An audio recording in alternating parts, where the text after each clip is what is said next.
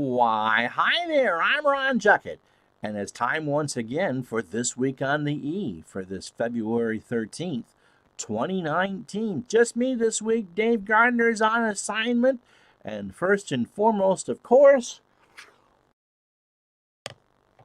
we want to thank our sponsors on the Eastern Massachusetts Roller Hockey League, starting with Paramount Wealth Strategies, Everett Bank, a cooperative bank, Alpha Omega Hobby, Bates Insurance Agency, Design and Repairs Hockey, the Hockey Tailors, One Call Ventilation, just one call, we do it all, Aces Games and more, the Local 103 for the IBEW, and last but not least, Eastern Boston Savings Bank. With the weather coming in, there are no games on Tuesday. Just never know what's going to be rain or snow. And by the time that you see this, you'll know what have happened. But it was just too crappy to get Tuesday's games in. With Dave busy doing some other things, we're just going to have a real short show this week. No guest, just me, Saturday's games, and a review of all the stats from the best of Saturday. How about that? And a reminder that Thursday is Valentine's Day, the 14th, and if you haven't gotten anything for your honey, well, you still got time to get to CVS or Dunkin' Donuts or any of those places to get something, or else I hope you enjoy sleeping on the couch. All right. So with that, oh, by the way, the new jerseys have come in. If you are on the Facebook page for the EMRHL, you've already seen them already. And my gosh, they are sharp, and Dave will tell you when they will start to be handed out. They got the nice sponsors patches on them, along with something from Hockeytown, and they are just the cutest things ever. And so I can't wait to see some pictures and video of you guys playing in your new uniforms. If you go out to see some of the games, they're going to be just look so fancy smancy. Now on to Saturday's sextuple header. Imagine that. We start with the 7 a.m. game, as always, between Face-Off and Arsenal this week. Face-Off won 7-3. Face-Off got 2 goals from Mike Gaff and 2 from Eric Haas as they ran out to a 6-0 lead and cruised over an Arsenal team that's struggling to score goals. John Suey did not wear his pubic hair sweatshirt to the game as he had promised, and we are all eternally grateful for that. 8 a.m. saw Fast Times at Ridgemont High beat Gone in 60 Seconds 10-9 in overtime. Gone in 60 needed a tying goal by CJ with 27 seconds left to force the extra period. It was his only goal of the game, but in overtime, Nick Bertacci won it for Fast Time as they improved to 2-1. Chris Buglio had 5 goals, and just missed being a star of the week because some commissioner did really, really well this week. Speaking of that, the 9 a.m. game between the Rock and Raising Arizona. The Rock won 6-3, and it got a natural hat trick, easy for me to say, from an aging commissioner, as he played with the 3 worst guys on the team and still contributed. Isn't that special? Don't you feel loved and excited when you're called out like that by the algorithm?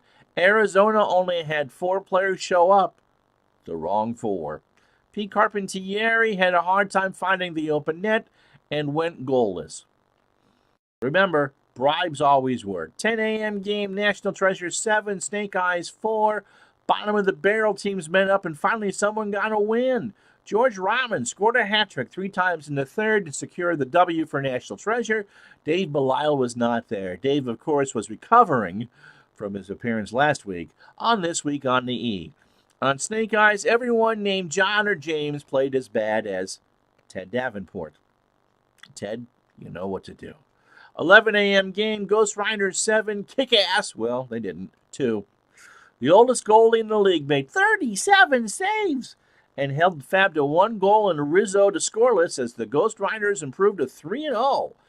Devin Potvin had his first ever EMRHL goal with family in the stands cheering him, or at least on social media. Congratulations, that's a big accomplishment.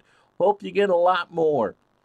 On the last game of the day, the noon game, Rumblefish 9, leaving Las Vegas 4. The final game pitted 2 of the better goalies who are having a rough start to the new season. If not for the heroic effort of John Hafer, the Rumblefish would have lost. Nick Delitsky had a goal and an assist, while Coos predictably had a bad game after his 4-point game last week. Remember how he likes his coffee, and bring him a thermos of it. Since we have no GOAT of the week with no Tuesday games, we have the 3 stars. And the first is Scott Evans of Ghost Rider, a 37-save performance as he kept Rizzo scoreless and held Fab to just 1 goal. The second, I'd gloss over it, but it's Dave. Subbing 3 goals, all beauties, into the 4 corners of the net. How 3 goals fit into 4 corners is beyond me, but the algorithm wrote it. And he almost got Pete a goal, but almost doesn't count except for hand grenades and horseshoes. And if you look at the picture on the website, it looks like a mugshot. And finally, the 3rd star is Nick Delitsky of the Rumblefish. Hope I'm pronouncing that right. A goal and an assist for a 2-point game for the second to worst guy in the league. And if it wasn't for friends like this, you would have no friends at all. All right, with all that in mind, let's take a look at the standings in the Saturday League as we've played the first 3 weeks of play. Ghost Rider, The Rock, and Face Off are all 3-0. They all have 6 points, obviously. Ghost Rider and Face Off have 26 goals. Ghost Rider has the best goal differential with 15, and between them, they all have 6 penalty minutes. Rumblefish 2-0-1, 1 point back. Fast Times at Ridgemont High 2-1-0. They have 28 goals. That's the best offense in the league, but their defense could tighten up. They've allowed 22. Gone in 60 seconds, 1-1. Well, 1-1. They somehow have 3 points. Leaving Las Vegas, Raising Arizona, and National Treasure all at 1-2. National Treasure, though, and Raising Arizona, decent goal differentials, -3 and -4.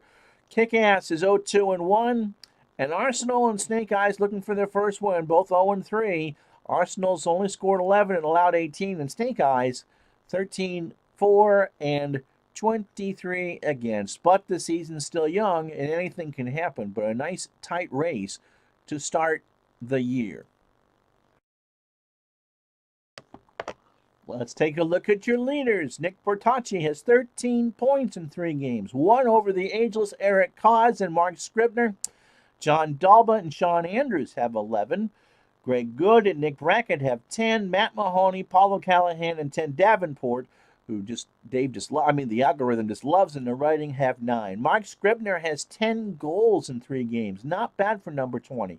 Again, Eric Hawes has 8. Chris Spulio, Matt Mahoney, Nick Bertocci, and Paul O'Callahan have 7, along with Rob Richards. Greg Good, Jeremy Gallagher, and John Dalba have 6. The commission isn't on that list yet. Let's keep it that way since he's not here, right? Mike Asiante has 6 assists. I hope I pronounced that right for the Rock. He is tied with Nick Bertocci and Ted Davenport for the league lead. CJ Cacciatore, Ed Dooley, Jason Rickey, John Dalba, Kevin Halpin, Sam Tachi, and Sean Andrews all have 5. That's a pretty wide open race for the assist lead. And who doesn't want to be like Wayne Gretzky, don't you? Joe Australia, Liam Spanici, Matt Mahoney, and Pete Carpentieri are the only ones with power play goals. So if you get a power play goal, you can lead the league. How about that? Unless you already have one, and like Joe, and can get your second to lead the league. Nobody has a short-handed goal. You think I'm reading all those names? I don't think so. Eric Cause continues to have 2 game winners on the year on Saturday. Chris Cusick, Dave Gardner, Dave Lewis, George Robin. Well, everyone else has won a game has won. But Eric Cause, the ageless one, 50-some-odd years old, he's got 2. So if he can do it, so can you. Hell, I could even do it. Liam Spanici is leading our Chris Nyland Award winner with 4 penalty minutes. He's got 4 for leaving Las Vegas. And everyone else you see has 2. So thankfully no majors yet to this point. But, this is probably not the list you want to lead. But you just never know. So 4 is the lead. As far as goalies are concerned, Jeremy Russell has a goals against average of 3. That's the metaphysical equivalent of having less than a 1 in the NHL or an ERA under 1 in baseball. That's incredible. He's also stopped 90% of the shots faced for the Rock. Scott Evans is second and still a remarkable .367. My buddy Stephen Mills at 433. Yeah, you know me. Stephen DePrano at 437. Justin Burnett at 4.5. Tom Grasso at 5. And then the rest. As I said, Jeremy Russell has saved 90.6% of his shots. Scott Evans at 89.5, and Stephen Mills at 88.1. Justin Burnett, remarkable at 85.9. Tom Grasso at 85.7. Brian Hobarth has stopped 84% of shots, and Stephen DePrano 83.9. Ryan Hayes at 81.3%. You save above 80% in this league, you're doing really, really well. Congratulations, but super kudos to Jeremy Russell, but he only has the one win. Scott Evans has 3 for Ghost Rider, and Stephen Mills has 3 for his team. Justin Burnett has 2, and everyone else has 1. And that's a look at all the stats and stories for the Saturday League. The Tuesday League, of course, is off because of the weather. Everyone's back next week. And if you haven't checked out elsewhere on this particular channel, Dave Gardner has done some wrestling videos with you guys. It's fun. I'm a big fan of Stephen Mills, if you haven't gathered that. So check it out. He may turn you into a wrestler, and you might get to see that on one of his few wrestling cards. My hope is that we're all back together next week. Mr. Gardner, chief cook, bottle washer, and laundry guru that he is, with those new snazzy uniforms, and hopefully one of you will come and join us next Wednesday live for This Week on the E. Thoughts are with Dave right now, and we will talk to you next time on This Week on the E next Wednesday, the show for February the 20th, 2019. I'm Ron Juckett, pinch hitting. We'll talk to you next week right here on This Week on the